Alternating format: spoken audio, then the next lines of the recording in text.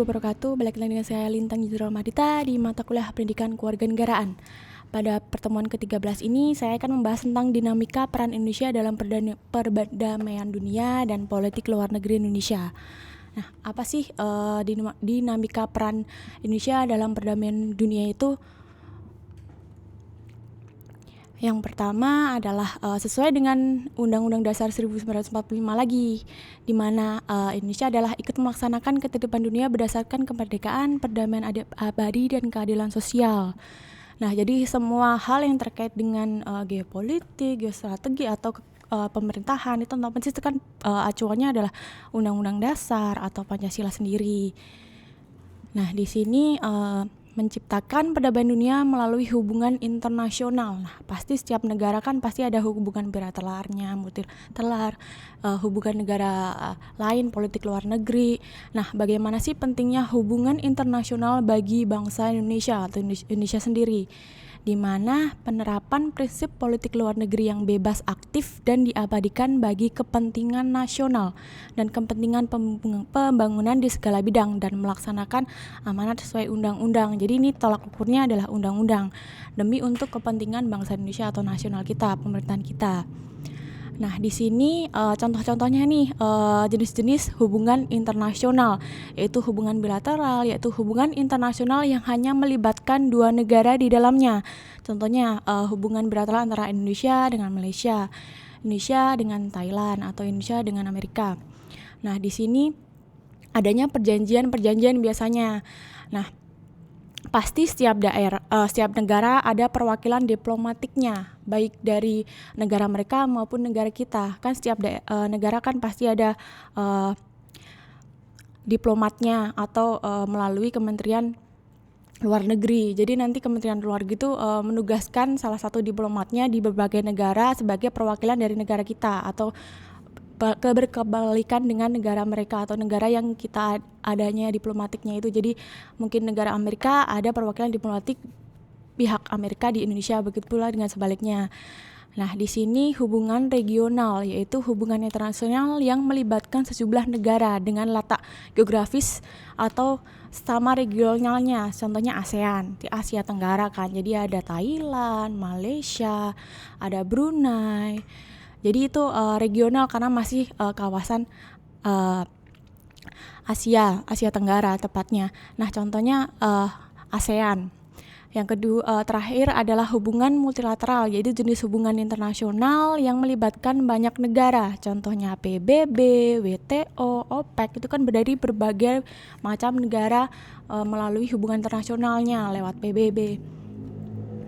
Nah, selanjutnya adalah pembangunan hubungan ditujukan tujuannya adalah sesama bilateral, regional maupun multilateral. Jadi faktor internalnya adalah kekhawatiran terancamnya kelangsungan hidup ke depannya seperti kudeta maupun investasi dari negara lain. Jadi ini masalah-masalah yang timbul dari mungkin dari hubungan internasional atau hubungan bilateral maupun regional dan multilateral. Nah, faktor eksternalnya adalah ketentuan hukum alam bahwa suatu negara tidak dapat berdiri sendiri tanpa bantuan atau kerjasama dari negara yang lain. Jadi saling berhubunganlah, simbiosis mutualisme antara satu negara dan negara yang lain. Selanjutnya adalah menciptakan perdamaian dunia melalui hubungan internasional. Jadi ini jenis-jenis hubungan internasional itu seperti apa? Hubungan luar negeri, yaitu keseluruhan hubungan yang dijalankan oleh suatu negara dengan semua pihak yang tidak tunduk pada kedaulatannya. Nah, di sini selanjutnya adalah politik internasional, mencakup hubungan beberapa atau semua negara beserta proses interaksinya antar negara maupun organisasi internasional. Jadi ini negara dengan organisasi internasionalnya pasti kan memiliki beda-beda tujuannya kan. Yang ketiga adalah politik luar negeri, yaitu kebijakan atau sikap negara dalam berhubungan dengan negara lain dengan maksud tujuannya tercapai kepentingan negara tersebut tadi, kepentingan nasional negara masing-masing. Nah, selanjutnya adalah pengumuman pendirian politik luar negeri Indonesia di Komite Nasional Indonesia pada tanggal 2 September 1948 oleh Muhammad Hatta. Nah, di sini adanya Dalam hal itu Muhammad Hatta berbicara tetapi memastikan kita bangsa Indonesia yang memperjuangkan kemerdekaan bangsa dengan negara kita hanya harus memiliki antara pro Rusia atau pro Amerika. Apakah tidak ada pendirian yang lain yang harus kita ambil dalam mengejar cita-cita? Jadi zaman dulu kan selama masa setelah kemerdekaan kan otomatis kan kita harus menjalani politik bilateral, multilateral atau politik internasional dengan negara-negara lain. Nah, di sini zaman dahulu kan masih ada memilih antara pro Rusia atau pro Amerika. Jadi kan setelah lepas dari penjajahan kan otomatis kan kita mencari bantuan-bantuan untuk kesejahteraan nasional kita, kesejahteraan Indonesia itu. Jadi kan adanya hubungan-hubungan internasional, apakah harus yang ke bagian Amerika atau ke bagian yang Rusia. Jadi kan kita masih mencari apa yang cocok dengan tujuan kita. Selanjutnya adalah kondisi politik global pada awal Indonesia pada saat kemerdekaannya. Kan ada blok barat, ada gerakan non-blok, ada blok timur, di mana ada paham blok barat otomatis kan dia adanya di Amerika Serikat. Nah, di sini sistemnya kan liberalis. Selanjutnya adalah GNP atau gerakan non-blok adalah negara-negara non-blok kenetralan dari kedua belah blok barat dan blok timur. Jadi ini tengah-tengahnya. Di sini contohnya Indonesia, Mesir, India, Ghana, Yugoslavia. Jadi dari blok barat dan blok timur ada itu tadi karena pandangannya yang berbeda-beda, ada yang sisi liberalis, ada yang sisi komunis. Jadi kan kita masa itu kan masih sistemnya kan yang tidak pada blok barat maupun blok timur. Jadi kan kita masih di tengah-tengahnya. Makanya adanya gerakan non-blok tadi di mana sifatnya itu masih netral, tidak membela kedua blok barat maupun timur. Di mana blok timur kalian tahu Uni Soviet, di mana pahamnya adalah komunis. Jadi kan beda dengan paham yang negara-negara seperti kita Indonesia itu pahamnya kan masih Pancasila. Nah, apa sih corak politik di luar negeri kita? Yaitu kan bebas aktif. Nah, bebas aktif itu apa? Nah, mendayung antara dua karang. Di sini pepatahnya dari Muhammad Hatta yaitu mendayung antara dua karang. Jadi tiap-tiap orang di antara kita tentu ada mempunyai simpati terhadap golongan ini atau golongan itu. Jadi blok-blok tadi. Akan tetapi perjuangan bangsa tidak bisa dipecah dengan menuruti simpati itu saja, tapi berdasarkan kepada realita atau kepentingan setiap negara setiap waktunya. Jadi setiap negara kan pasti kepentingannya berbeda-beda. Nah, itu sesuai dengan kepentingan negara masing-masing. Dan itu tidak bisa dipecah dengan adanya tadi golongan atau blok-blok tadi.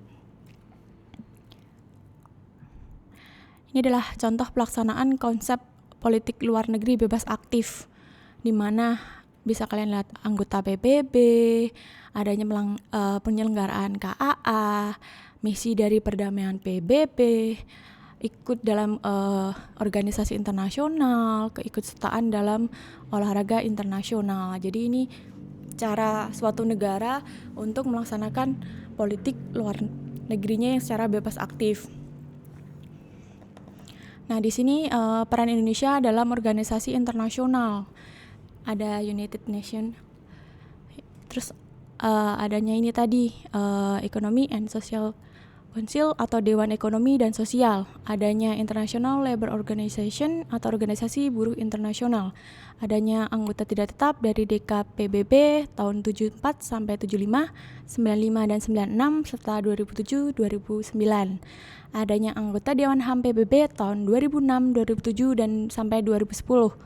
Adanya Ketua Sidang Majelis Umum PBB tahun 74 ada Malik. Jadi keikutan serta kita dalam politik internasional itu waktu zaman itu adalah Pak Adam Malik karena sebagai Ketua Sidang Majelis Umum PBB pada tahun 74.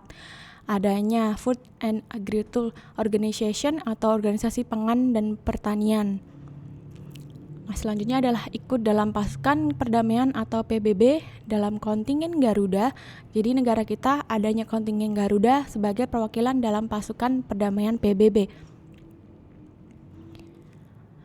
Nah, selain PBB ada juga ASEAN. Nah, di sini negara-negara pendiri ASEAN ada Thailand, Filipina, Indonesia, Malaysia, dan Singapura. Nah, di sini kalau Indonesia diwakili oleh Pak Adam Malik. Nah, di sini perdamaian MNLF atau dengan pemerintah Filipina. Adanya Moro National Liberation Front atau kebebasan bangsa Moro di Kepulauan Mindanao. Karena adanya konflik militer Filipina pada tahun Akul ke Indonesia atau ke Jakarta pada tahun 89. Nah, di sini adanya kesepakatan karena adanya bantuan dari Bapak Soeharto. Karena konfliknya masih jadi setelahnya, 93 Federal Remos datang ke Jakarta. Nah, ini 96 perjanjian penyelesaian konflik. Yang terakhir adalah pemberian otonomi kasus bangsa di Moro. Jadi ini perdamaian MLF dari pemerintah Filipina.